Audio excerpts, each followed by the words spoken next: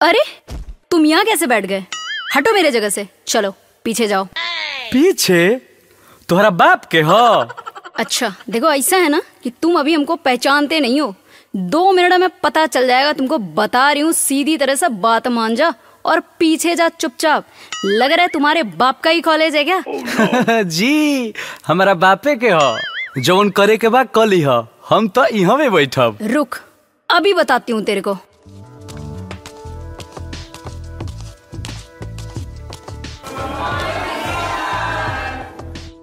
ये सब क्या कर रहे हो? क्या तमाशा है? पूछिए सर इसी से। अरे हम कुछ ना कोई नहीं हो सर।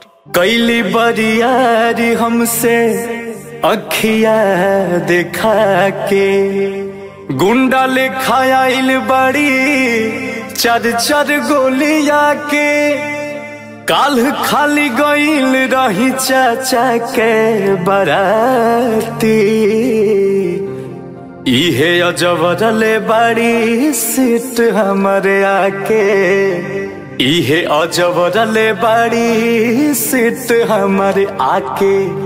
ये सर नहीं सर, यही तो बढ़ाया आगे बात है। पूछिए ना लड़की खड़ी जो मेरे साथ है। नहीं सर, यही तो बढ़ाया आगे बात है। पूछिए ना लड़की खड़ी जो मेरे साथ है। बोला था कि पूरा कावल है जो मेरे बाप का। सेकंड में नाप दूंगा तेरी औकात का। अरे बोला था कि पूरा कावल है जो मेरे बाप का। सेकंड में नाप दूंगा तेरी औकात का। अरे अरे क्या सीधा बन रहा है देखो। हम तो कुछ नहीं कहनी, बदनाम कर दिली। कि हम तो कुछ नहीं कहनी, बदनाम कर दिली।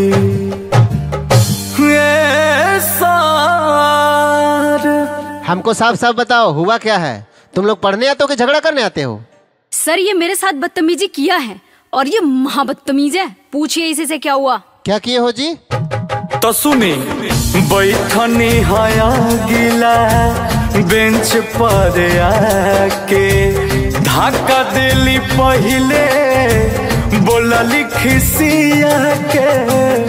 बैठनी हया गिला बेंच पर आके, धक्का दिली पहले बोलली खिसिया के।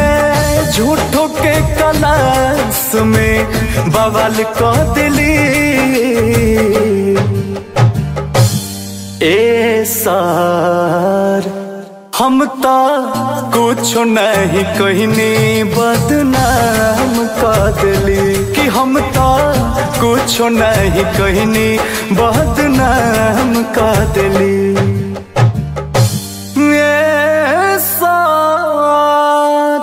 तुम कह रहे हो कि हम कुछ किए ही नहीं, और ये कह रही है कि तुम इसके साथ बदतमीजी किए हो। हम किसका माने और किसका नहीं माने, तुम दोनों कंफ्यूज करके रख दिए हो। सर ये बहुत मनमानी करता है। कॉलेज का कोई नियम होता है, कोई रूल्स होते हैं। ये तो सही बोल रही है, तुम मनमानी क्यों करते हो? अरे सर तो खाली हमारे के कहता नहीं। जानता नहीं तो किससे लिया है पंगा। करूंगी धुलाई जो भी माफी नहीं मांगा। जानता नहीं तो किससे लिया है पंगा। करूंगी धुलाई जो भी माफी नहीं मांगा। आज तू कॉलेज के बाहर यदि देखा, सीख लेगा लड़कियों से बात का तरीका। अरे आज तू कॉलेज के बाहर यदि देखा, सीख लेगा लड़कियों से बात का तरीका।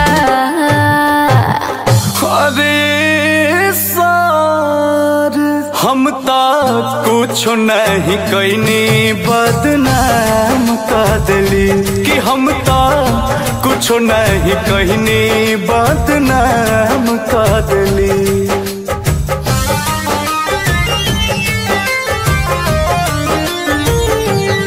करना मान हकी आगे हम बैठी, पूछली ना पवन से दिल्ली नैठी झूठ बोल रहा है सर ये। करना मान हकी आगे हम बैठी पूछली ना पवन से दिल्ली नैठी अंकुश राजा के ये जात नीलम का दिली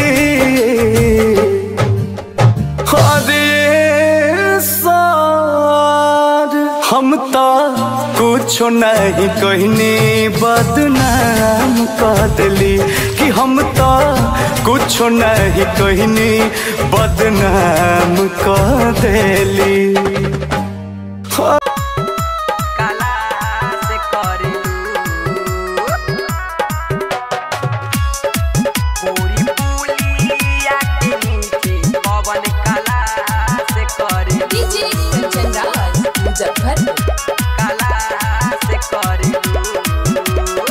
पढ़े तू जालू गोरी कौन कॉलेज में लिखे नया बेतोरा कौन नॉलेज में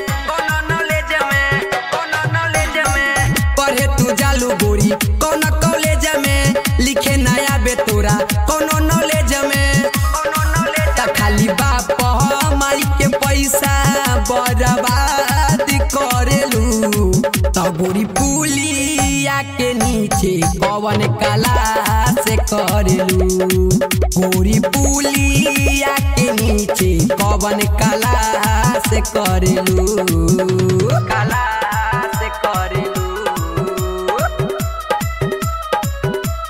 डीजे कंचन राज मुजफ्फरपुर। कौन कला से करेलू